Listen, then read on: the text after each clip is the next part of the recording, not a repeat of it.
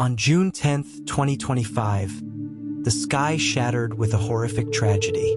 Flight XA-247, bound for San Francisco, crashed just hours after takeoff, claiming the lives of 287 passengers and crew. I, Caleb Thompson, a 25-year-old scientist living in the U.S., was supposed to be on that flight, returning from a research project on renewable energy. But fate intervened. A trivial delay, traffic, and misplaced luggage made me miss the flight by minutes. As news of the crash spread, I stood frozen in the airport terminal, my heart pounding, not with relief, but with piercing sorrow. First, I offer my deepest condolences to the victims and their families. No words can ease such loss. I imagine the passengers, fathers, mothers, dreamers, planners, all gone in an instant. I felt like an unwilling survivor, haunted by a silent question. Why was I spared? After booking another flight, I returned to San Francisco on June 11th, exhausted but restless. My small apartment in the Mission District, once a haven of bookshelves and research notes, now felt stifling. Sleep eluded me. Each time I closed my eyes, visions of a burning plane haunted me, a reminder of how close I'd come to death. Finally, on a rainy night, I drifted into sleep, unaware that it would mark the beginning of a life-altering journey. In my dream, I stood in a radiant field of light, boundless, with no horizon, only a warm glow like spring sunlight. I felt no fear, only a strange peace enveloping my soul. Then a figure appeared, not the god of golden crowns or thrones I'd pictured in childhood church services. He was a gentle light, taking the form of a middle-aged man with deep eyes, a kind smile, and a voice as warm as a summer breeze. "Caleb," he called, his voice resonant yet comforting. "You have been chosen." I was stunned, unsure how to respond. As a scientist, I viewed the world through logic and data, never imagining I'd face God like this. "Why me?" I wondered, too awed to speak. He seemed to read my thoughts, smiling as he placed a hand on my shoulder. His touch radiated warmth, dispelling all doubt. "You were spared for a mission," he said. "I want you to deliver a message to the world, a message about the dangers silently threatening humanity." I listened, my heart racing. God revealed 3 hazards, familiar yet chilling in their hidden peril. He spoke not with judgment but with love, like a father urging his children to awaken before a storm. The first hazard was indifference to the environment. God showed me heart-wrenching images. Forests ablaze, oceans choked with plastic, species vanishing. "Humans think the earth is theirs," he said, "but they are only stewards. This indifference is destroying their shared home, and without change, they will destroy themselves." I flinched, realizing that even as a renewable energy researcher, I'd underestimated the crisis. Small acts, wasting water, using single-use plastics, were silent stabs at our planet. The second hazard was division in hearts and communities. God guided me through scenes of war, violence, and petty online arguments. "Humans have forgotten they are siblings," he said. "Anger, selfishness, and prejudice tear them apart, eroding love." I recalled scrolling past hateful comments online or avoiding a colleague over a disagreement. Those minor moments, I realized, fueled a larger rift. The third hazard was disconnection from oneself. God revealed people chasing fame, wealth, and technology, yet hollow inside. They live without knowing who they are, ignoring their soul's call, he said. "They forget I gave them a divine purpose." I thought of late nights buried in reports, neglecting health and family. I too had been lost, living like a machine rather than a human. These hazards weren't fantastical.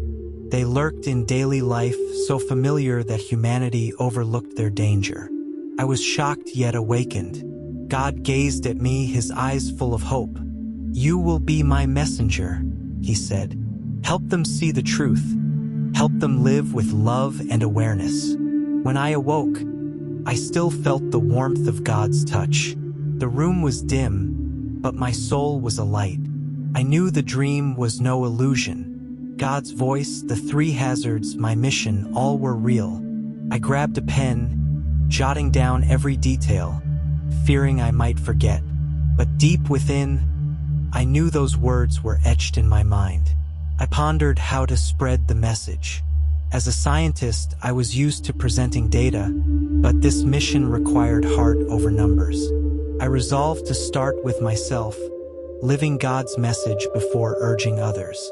I cut down on plastic, recycled diligently, and joined local environmental groups. I practiced listening to colleagues, even in disagreement, fostering unity. I meditated daily, reconnecting with my inner voice. But I knew this wasn't enough. God wanted me to reach the world.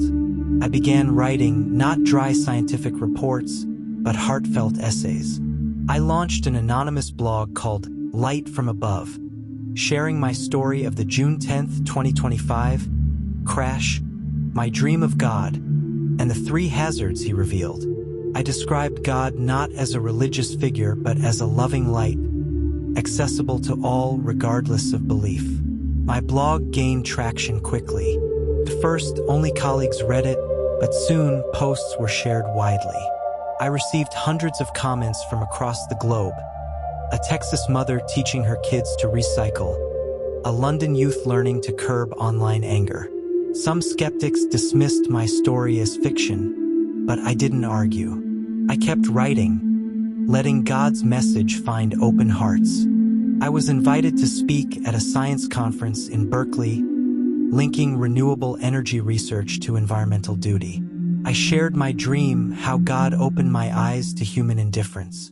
The audience fell silent, then erupted in applause. An elderly professor shook my hand, vowing to emphasize sustainability in his teaching. I felt God's light spreading. Inspired by God's message, I created a project called Messages from the Heart. I placed small mailboxes in San Francisco schools, parks, and libraries, encouraging people to write letters of gratitude, apology, or love. The letters I read, from a child thanking their mother for meals to a man apologizing to an old friend, moved me to tears. Each letter was a step toward healing division, as God intended. The journey wasn't easy. Some colleagues mocked me, claiming I'd become superstitious and lost my scientific edge. My family, though supportive, worried I was taking on too much. Some nights, I doubted my strength to carry this mission. But whenever doubt crept in, I recalled God's smile, his warmth, and found the courage to press on. A major setback came when my blog was hacked, wiping out months of content. Devastated, I saw it as a chance to rebuild stronger. I relaunched the blog, adding video interviews with people transformed by my message. A young woman shared how she cleaned local beaches, protecting God's gift. An elderly man recounted reconciling with his son after years apart. Their stories fueled my resolve. By December 2025, my message had reached far. I spoke at schools, churches, and even an international environmental conference in Geneva. I never claimed to be a prophet or saint, just Caleb Nguyen, a 25-year-old entrusted with God's mission. I continued my scientific work, now infused with deeper purpose, safeguarding our planet, fostering unity, and helping people rediscover themselves. Each night, I gazed at San Francisco's starry sky, the twinkling lights a reminder of God's radiance. I no longer saw him in dreams, but felt his presence in every letter, smile, and small change my message sparked. I lived resiliently, authentically, as God had taught me. The crash on June 10th, 2025, changed me forever. From a scientist tethered to the lab, I became a messenger of light, carrying God's message to the world. The three hazards, environmental indifference, division, and self-disconnection, persist, but I believe love and awareness can overcome them. I don't promise a perfect world, but I trust in small changes, like seeds God planted in my heart. I continue writing, speaking, and spreading messages from the heart. Each day, I live with gratitude for being spared, for being chosen. And I hope, somewhere out there, you reading this story will hear God's call, whether through His voice or the simple things around you. Love, cherish, and live true to the light in your soul.